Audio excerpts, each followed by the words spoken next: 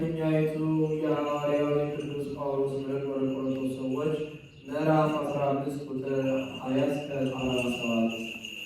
አሁንም ክርስቶስ ከሞቱ ሰዎች አስቀድሞ ተነስቷል።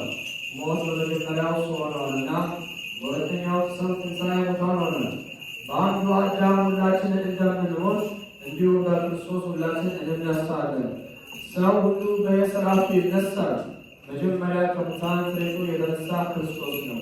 ከዚህ በኋላ በክርስቶስ ያመኑ እሱ በሚመጣበት ጊዜ ይነሳሉ። እግዚአብሔር መንግሥቱን ሕዝብ ባደረገ ጊዜ ገዥ ሁሉ ንጉሥም ሁሉ ኃይልም ሁሉ በተሻረ ጊዜ ያን ጊዜ ፍጻሜ ይሆናል። ጠላቶች ሁሉ ከእግሩ በታች እስኪወድቁ ድረስ ይዘጋሉና ከዚህ በኋላ የመጨረሻው ፍርሃት ይሻላል። ይኸው ሞት ነው። ሁሉን ከእግሩ በታች አስገዝቶለታልና ሁሉም ይገዛለት ባለ ጊዜ ግን ሁሉን ከሚያስገዛለት በቀር እንደሆነ እየታወቀ ነው። ፍጥረት ሁሉ ከተገዛለት በኋላ ያን ጊዜ ወልድም ሁሉን ላስገዛለት ይገዛል። ከሁሉ በላይ አንድ ጌታ ይሆን ዘንድ። ያለዚያማ እንደምን ይጠፋሉ? ሙታን ሊነሱ አይደለምን? ሙታን የማይነሱ ከሆነ ለምን ያጠምቃሉ? እንግዲህ ስለ ሁልጊዜ እኛስ ሁልጊዜ መከራ ስለምን እንቀበላለን? ለምንስ እንሞታለን? ወንድሞቻችን የምንመካበትን በጌታችን በኢየሱስ ክርስቶስ ያለን ተስፋ ነው።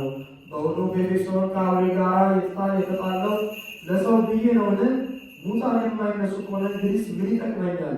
እንብላ፣ እንጠጣ፣ ነገ እንሞታለን። ወንድሞቻችን አያስቷችሁ፣ መጥፎ ነገር መልካሙን ስራ ያበላሻልና። ለጽድቅ ትጉ፣ አትሳሳቱ። እግዚአብሔር የማያውቁት ሰዎች አሉና። ነገር ግን እንድታፍሩ እነግራችኋለሁ። ሙታን እንዴት ይነሳሉ? በየትኛውስ አካላቸው ይነሳሉ የሚል አለ። አንተ ሰነፍ፣ አንተ የምትዘራው እንኳን ካለሞታ አይበቅልም። ካለሞታ አይበቅልም። የምትዘራው ይህ ኋላ የሚገኘው አገዳው አይደለም። የስንዴ ቢሆን የሌላም ቢሆን የምትዘራ ቅንጣቲቱን ብቻ ነው። እግዚአብሔር እንደወደደ አገዳውን ይሰጠዋል።